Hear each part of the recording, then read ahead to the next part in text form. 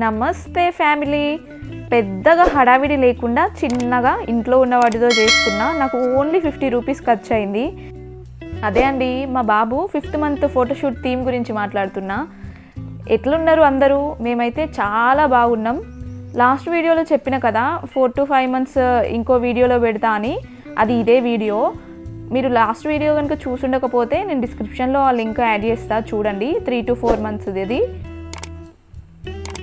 ఆ థీమ్ కూడా చాలా బాగుంటుంది. ఇంట్లో ఉన్న వాటితోని రూపాయి కూడా ఖర్చు లేకుండా నేను చేసిన. ఖచ్చితంగా చూడండి, మీకు ఐడియా వస్తుంది. ఇదైతే చాక్లెట్స్ థీమ్ కాబట్టి దగ్గరలో ఉన్న సూపర్ మార్కెట్ పోయి కిస్మీ చాక్లెట్స్ తీసుకొచ్చిన.